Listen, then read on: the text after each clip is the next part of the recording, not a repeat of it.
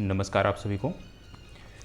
बिहार राज्य विशेष के इस विशेष सेशन में और निर्णायक सेशन में स्वागत है आप सभी का। बिहार राज्य विशेष के प्रारंभिक परीक्षा को लेकर के अब आप कह सकते हैं कि एक कन्फर्मेशन आया है, जो कि है कि आपकी जो प्रारंभिक परीक्षा है ये जो प्रस्तावित है 17/11/2024 को है, संभावित है।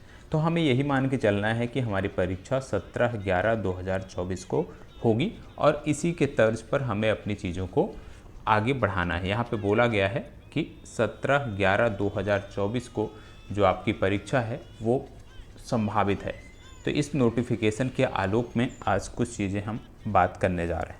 सबसे पहले जब हम बात करते हैं, आज सबसे पहले बता दूं कि इस वीडियो में आपको कि बताया जाएगा कि ये जो 60 दिन हैं, इन 60 दिनों में हम यदि अभी हम जीरो पे हैं, शून्य पे हैं, तो हम कैसे टॉप पे पहुंच सकते हैं, कैसे हम बीपीएससी एग्ज़ाम को क्रैक कर सकते हैं, एक बेहतर रणनीति क्या होनी चाहिए इसको लेकर के। और यहाँ से आपको इस सेशन से, इस संस्थान के द्वारा आपको क्या मिलेगा निःशुल्क यूट्यूब पर, उसके बारे में हम डिटेल चर्चा करने वाले हैं। सबसे पहली बात आपको पता होना चाहिए कि जब मैं बात कर रहा हूँ बिहार राज्य विशेष की, तो बिहार राज्य विशेष की जब बात करते हैं, मतलब 17th बीपीएससी को हम ले लेते हैं, तो आप जानते हैं कि बिहार राज्य विशेष में जो सबसे पहले परीक्षा होती है, पीटी एग्ज़ाम पहले होता है, पीटी के बाद आपका मेंस एग्ज़ाम होता है और मेंस के बाद आपका साक्षात्कार या इंटरव्यू आपका होता है। ठीक है। अब पीटी एग्ज़ाम की बात करें तो आप जानते हैं, प्रारंभिक परीक्षा की बात करें 150 प्रश्न होते हैं। 150 प्रश्नों की एक बहुविकल्पीय परीक्षा, बहुविकल्पीय प्रश्न यहाँ पे होते हैं और इस परीक्षा को क्वालिफाई करने के बाद आप मेंस में जाते हैं। अब इस परीक्षा में 4 ही विकल्प दिए जाते हैं। पहले इसमें विकल्पों की संख्या 5 हुआ करती थी और साथ ही साथ अब यहाँ पे नकारात्मक अंक भी हैं, पहले ये नहीं होते थे। ठीक है, तो ये भी याद रखना है कि 4 विकल्प होंगे और नकारात्मक अंकों का प्रावधान होगा। मुख्य परीक्षा को यदि हम समझें तो सामान्य अध्ययन के यहाँ पे 2 पेपर होते हैं, पेपर 1 और पेपर 2। प्रत्येक पेपर यहाँ पे 300 अंकों का होता है। इसके साथ साथ मुख्य परीक्षा में आपका एसए का पेपर एक और जुड़ गया है। एसए का पेपर भी आपका 30 अंकों का देखने को मिलता है। इसके साथ साथ मुख्य परीक्षा में आपको सामान्य हिंदी, जो कि क्वालिफाइंग नेचर का है, ये आपको देखने को मिलता है 100 अंकों का। और ऐच्छिक विषय जो कि बहुविकल्पीय आधार पे होते हैं, सिर्फ क्वालिफाइंग नेचर के हैं, ये भी आपको 100 देखने को मिलते हैं। तो यहाँ पे इसके बाद बात आती है साक्षात्कार की। साक्षात्कार जो है ये 120 अंकों का होता है और जब आपकी फाइनल मेरिट बनती है तो फाइनल मेरिट 900, मुख्य परीक्षा के 900 अंक और 120 अंक साक्षात्कार के टोटल मिला के 1020 पर आपकी फाइनल जो मेरिट है वो तैयार होती है। तो ये कुछ लेखा जोखा हो गया, बेसिक जानकारी होगी आपकी इस परीक्षा के संदर्भ में। अब क्योंकि हमारी प्रारंभिक परीक्षा 17/11 को प्रस्तावित है, तो उसी के आलोक में कुछ चीज़ों की चर्चा हम करेंगे। सबसे पहले हमें निकालना है पीटी एग्ज़ाम, क्योंकि जब तक प्रीलिम्स नहीं क्वालिफाई करेंगे हम मेंस में नहीं जा सकते। अब इन 60 दिनों में हमें क्या करना है? 60 दिनों में सबसे पहले आपको बता दें, हमारे एक कार्यक्रम पहले से चल रहा है जिसमें आप जानते होंगे कि दैनिक स्तर पे हम वहाँ पे बात करते हैं, मेंटोरशिप प्रोग्राम की हम बात कर रहे हैं।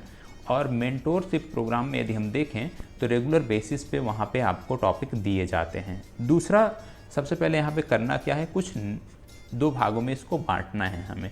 ठीक है, 2 भागों में हमें अपनी तैयारी को, हम जो अपना समय देते हैं उसको 2 भागों में बांटना है। पहला जो समय देना है वो कुछ नया पढ़ने को देना है और दूसरा जो समय देना है वो रिवीजन को देना है।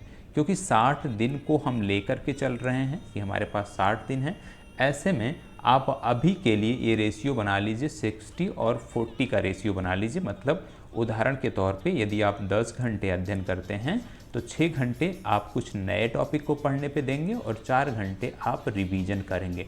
इस आधार पे पहले इस रेशियो में अपने समय को डिवाइड कर लीजिए। जितना आपके पास समय है उसको इस रेशियो में 6:4 के रेशियो में आप डिवाइड कर लीजिए। ज़रूरी नहीं सबके पास 10 घंटे का समय हो। अब यहाँ पे नया पढ़ने में हमें क्या पढ़ना है? हमें जीएस पे ध्यान देना है और दूसरा हमें मैथ पे ध्यान देना है।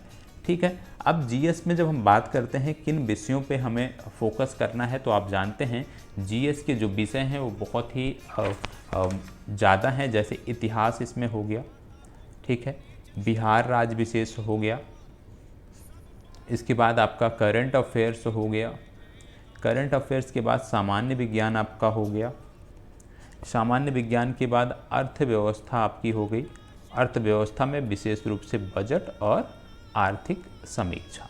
ठीक है, इसके बाद आपका भूगोल हो गया और राज्य व्यवस्था हो गई। ये हमारे प्रारंभिक परीक्षा के विषय हैं, साथ ही साथ मैथ भी है। तो ये हमारे विषय हैं जिनको हमें कवर करना है, जिनको हम अपने इस रणनीति के अंतर्गत कवर करेंगे। अब रिवीजन में हमें क्या करना है, जब हम रिवीजन की बात करते हैं तो यहाँ पे आपको ध्यान रखना है कि रिवीजन कैसे हम करें। रिवीजन सबसे पहले आपको टॉपिक वार रिवीजन करना चाहिए। ठीक है, टॉपिक वाइज रिवीजन करना चाहिए। आपके पास प्रत्येक विषय के लिए एक मानक पुस्तक अवश्य होगी, सबके पास एक मानक पुस्तक आपकी परीक्षा को लेकर के अवश्य होगी। अब आपको क्या करना है कि डेली कम से कम 2 सब्जेक्ट को उठाइए। ठीक है, 1 और 2, 2 सब्जेक्ट को उठाइए और इनके जो टॉपिक हैं टॉपिक वार आप अपना एक टारगेट बनाइए कि कैसे इनको रिवाइज करना है, और टॉपिक वार डेली 2 से 4 टॉपिक इसके, 2 से 4 टॉपिक सब्जेक्ट 2 के। ऐसे आपको जितना समय मिलता है उस आधार पे रिवाइज करिए। पूरे समय को जैसे मैंने बोला 6:4 के रेशियो में डिवाइड कर लीजिए और फिर रिवीजन आप करिए। रिवीजन में आप अपने नोट्स का भी सहारा ले सकते हैं। यहाँ पे रिवीजन के दौरान रिवीजन में ही क्या चीज़ें और सम्मिलित होती हैं, जैसे लूसेंट 1 लाइनर पुस्तक इसी में सम्मिलित होती है। 100 क्वेश्चन मैं डेली बोलता हूँ कि आपको इसको हल करना है, ये भी रिवीजन का ही पार्ट है। तो ये भी रिवीजन का ही पार्ट है, इस पर आपको फोकस करने की ज़रूरत है। कहीं भी कोई डाउट होता है तो आप कमेंट बॉक्स में संपर्क कर सकते हैं, बात कर सकते हैं। अब यहाँ पे हम जो देखेंगे 60 दिनों को जब हम देखने जा रहे हैं तो यहाँ पे आप जानते हैं कि एक माह में 4 सप्ताह, टोटल 8 टारगेट आपको यहाँ पे मिलने हैं। ठीक है, 8 टारगेट यहाँ पे आपको मिलने हैं। 8 टारगेट में आपको प्रत्येक सप्ताह का 5 से 6 दिनों का होगा। ठीक है, 5 से 6 दिनों के टारगेट यहाँ पे आपको कंप्लीट करने हैं। टोटल 8 सप्ताह के हैं, मतलब आपको 8 वीडियो टारगेट को लेकर के मिलने वाली है। 8 वीडियो आपको टारगेट को लेकर के मिलने वाली। पहले हम डेली बेसिस पे मेंटरशिप प्रोग्राम में देते थे, लेकिन यहाँ पे हम साप्ताहिक स्तर पे देंगे। यहाँ पे डेली कार्यक्रम आपका ये देखने को नहीं मिलेगा, साप्ताहिक स्तर पर आपको ये वीडियो देखने को मिलेंगे।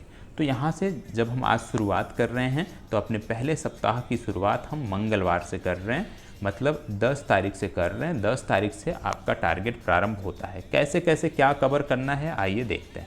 सबसे पहले हमें जिन विषयों को कवर करना है, याद रखिएगा ये 60 दिनों का जो अंतिम फुल प्रूफ आप कह सकते हैं प्लान है बीपीएससी को लेकर के, उसका जिक्र हम यहाँ पे कर रहे हैं।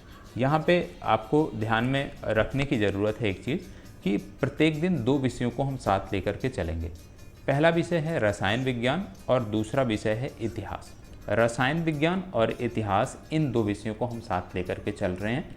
जैसा कि मैंने बताया कि एक सप्ताह का टारगेट आपको एक साथ दिया जा रहा है और इसी तर्ज पर आपको अपनी चीज़ों को करना है। और यहाँ से यदि देखोगे तो हमारा लक्ष्य है कि 100% 4 to 5 टाइम्स इन 60 दिनों में कम से कम 4 से 5 बार जो आपके टॉपिक हैं उनको 100% रिवाइज करना। ध्यान रखिएगा, जो आपके टॉपिक हैं 4 से 5 बार 100% रिवीजन जो है इन टॉपिक का आपको करना है। अब सब्जेक्ट 1 में सबसे पहले आपको देखने को मिल रहा है रसायन विज्ञान, दूसरी तरफ आपको देखने को मिल रहा है इतिहास।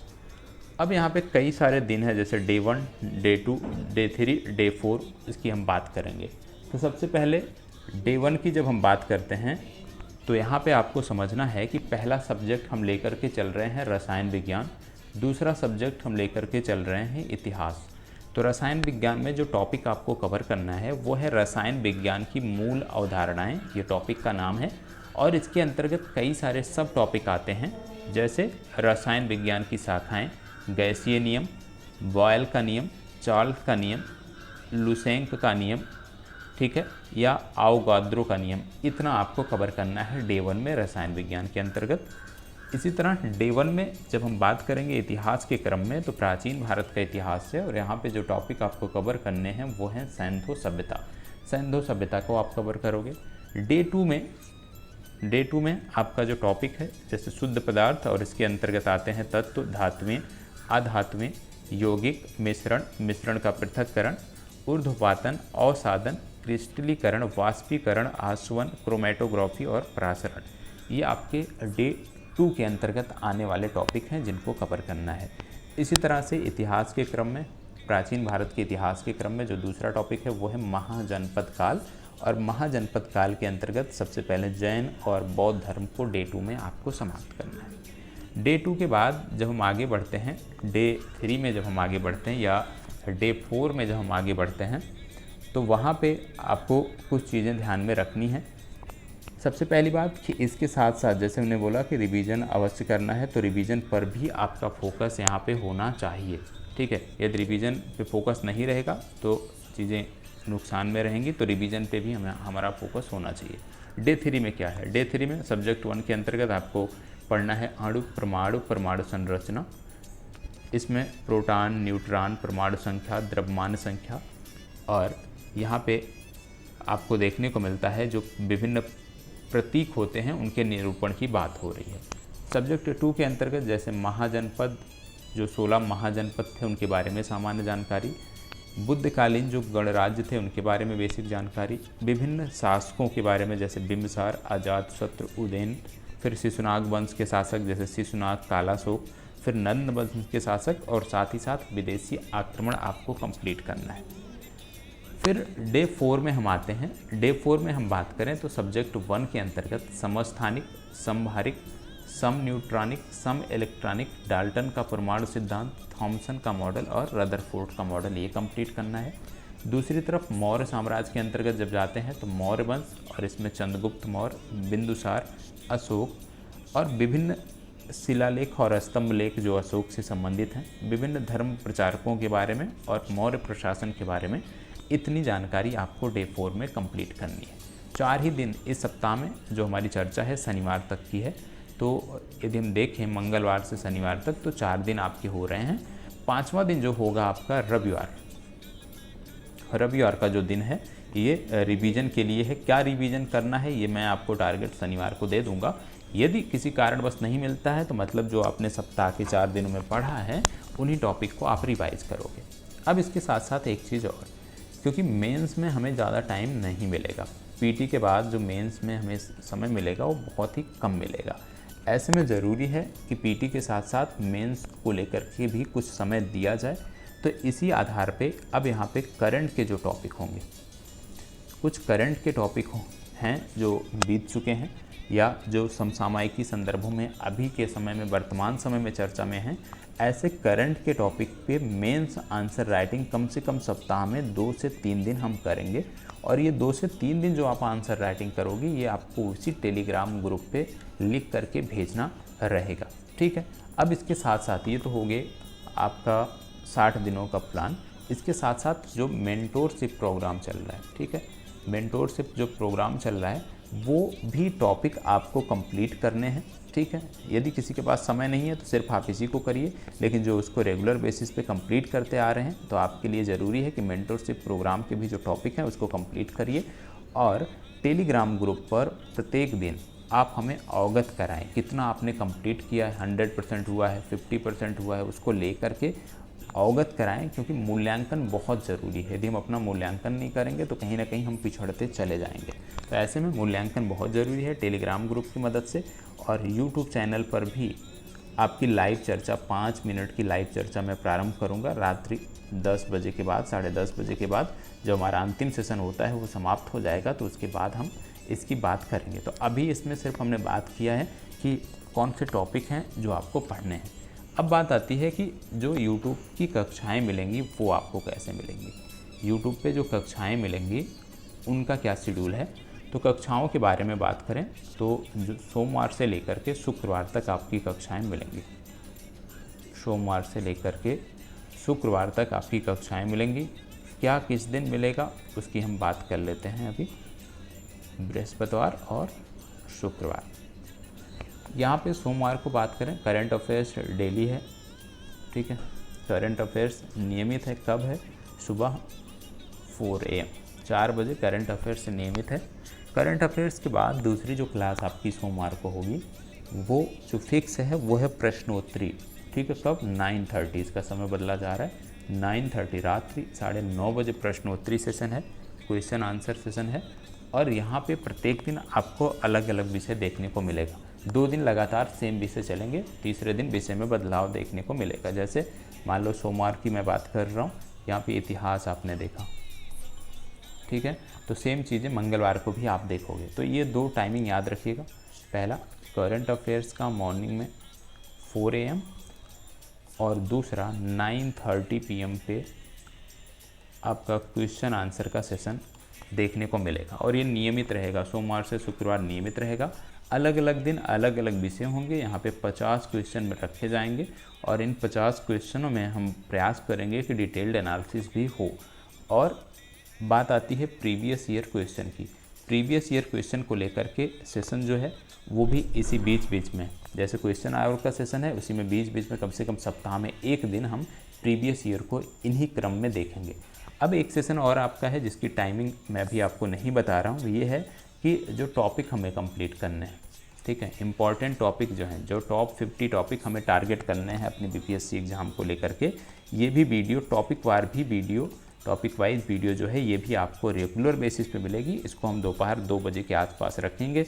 जब एक बार ये नियमित हो जाएगा तो आपको इसके बारे में जानकारी निश्चित तौर पे मिल जाएगी। तो इतना हमें करना है, किस तरह से करना है ये आपको ध्यान में रखने की ज़रूरत है और बहुत अच्छे तरीके से चीज़ों को हमें कंप्लीट करना है, चीज़ों को लेकर के चलना है। कहीं भी कोई समस्या होती है तो आप हमें अवश्य बताएं।